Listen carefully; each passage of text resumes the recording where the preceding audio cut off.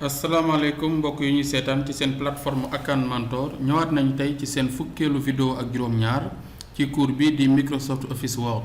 tey nag ñu fas yéene leen jàngal nu ñuy defee numérotation page yi maanaam ñu koy def de façon automatique kon loolu lañ leen fas yéene jàngal tey kon ngir ñu def loolu dañuy ibbi suñu page Word nga xam ne am na ay page yu bari am nañ 4 pages donc mi ngi nii. ñu fas yéene cee def ay numéro donc pour nga def ci ay numéro da ngay daal di ñëw fii ci onglet insertion soo jëwee ci onglet insertion nga xool fi ñu def numéro de page donc boo jëlee numéro de page nga xool bas de page mu wan la ay modèles yu bari nga jël bii nga xam ni par exemple daf koy placer numéro yi à droite donc su ma tànnee rek nga gis ne def na ci kon ay numéro de page bu njëkk bi numéro 1 la ci def beneen bi numéro 2 numéro 3 numéro 4 noonu lay continuer ba document bi jeex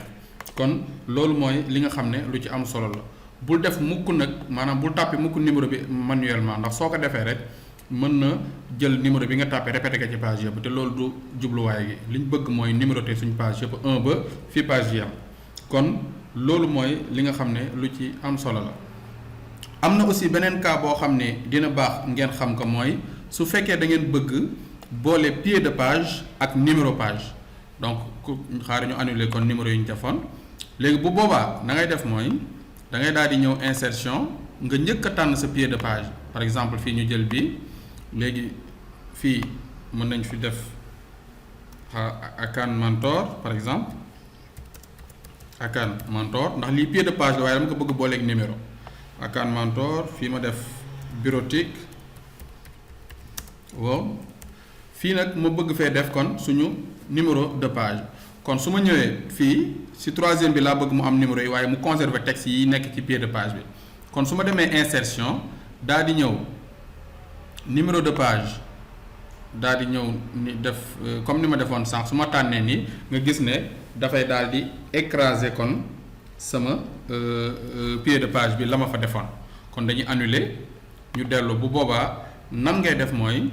da ngay ñëw da nga koy sélectionné kon fi nga xam ne foofu nga bëgg numéro yi nga daal di demaat encore numéro de page boo ñëwee insertion nga ñëw ci numéro de page nga xool am na fu mu la defal position actuelle léegi ci position actuelle bi nag nga daal di kon tànn benn numéro nga gis ne kon conservé na sama texte waaye defal na ma kon li nga xam ne moom mooy numéro de page beneen bi ci topp itam bu fekkee dama bëggoon tey sama numérotation de page commencer par exemple page 30 bu fekkoon par exemple dama doon liggéey ñaari document bu njëkk bi ma pare ka beneen document bi nag dama koy àggale te bëgg naa mu commencer page 30 bu boobaa da nga ñëw ci numéro bi nga double cliquer ci numéro bi après nga dem numéro de page nga ñëw insertion ba tey nga ñëwaat fii ci numéro de page soo paree nga ñëw format des numéros fii ngay ñëw format des numéros de page donc boo ñëwee ci format des numéros de page fii mu la defal à partir de foofu ngay jël nga def par exemple 30